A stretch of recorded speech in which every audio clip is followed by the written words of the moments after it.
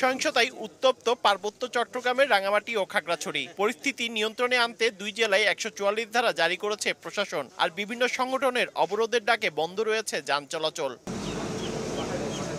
খাগড়াছড়ি ও রাঙামাটিতে উদ্ভূত পরিস্থিতি নিয়ন্ত্রণে রাঙামাটি পার্বত্য জেলার বিভিন্ন রাজনৈতিক দলের প্রতিনিধি ও গুরুত্বপূর্ণ ব্যক্তিবর্গের সঙ্গে মতবিনিময় সভার আয়োজন করা হয়। এতে অংশ নিতে শনিবার ঢাকা থেকে হেলিকপ্টার করে এসে রাঙামাটি বিজিবি সদর দপ্তরে নামেন অন্তর্বর্তী সরকারের ৩ জন উপদেষ্টা। এরপর স্বরাষ্ট্র উপদেষ্টা লেফটেন্যান্ট জেনারেল অবসরপ্রাপ্ত মোহাম্মদ জাহাঙ্গীর আলম চৌধুরীর নেতৃত্বে সরকারের উচ্চ পর্যায়ের প্রতিনিধি দল রাঙামাটি সেনা সদরের প্রান্তিক হলে উপস্থিত হন। এ সময় প্রতিনিধি দলে ছিলেন পার্বত্য চট্টগ্রাম বিষয়ক উপদেষ্টা সুপ্রদীপ চাকমা, স্থানীয় সরকার উপদেষ্টা হাসান আরিফ।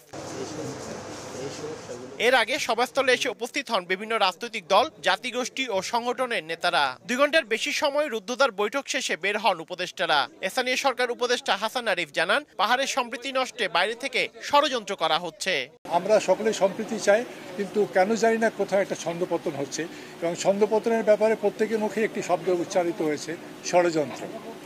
যে বাইরের থেকে একটা যেন ষড়যন্ত্র করা হচ্ছে যে আমাদের এই সম্প্রীতিকে নষ্ট করার জন্য।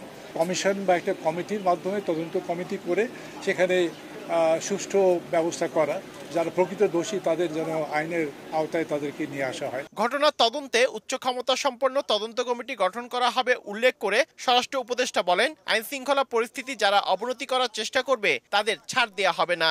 এই যে ঘটনা ঘটছে, এই জন্য আমরা একটা উচ্চ ক্ষমতা সম্পন্ন একটা তদন্ত কমিটি গঠন করব, এবং এটা আমাদের সহকর্মীদের সাথে আলাপ করার পর যারা আইন শৃঙ্খলা অবনতি করবে তাদের কোনো অবস্থায় আমরা ছাড় দিব না।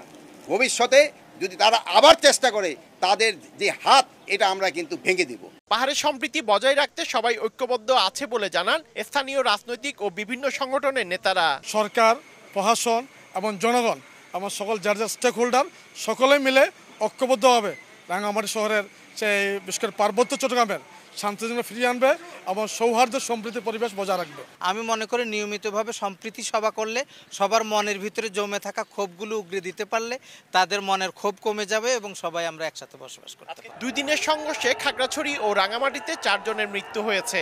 2 জেলায় আহত হন শতাধিক। পার্থপ্রতিম বিশ্বাস, সময় সংবাদ, রাঙামাটি।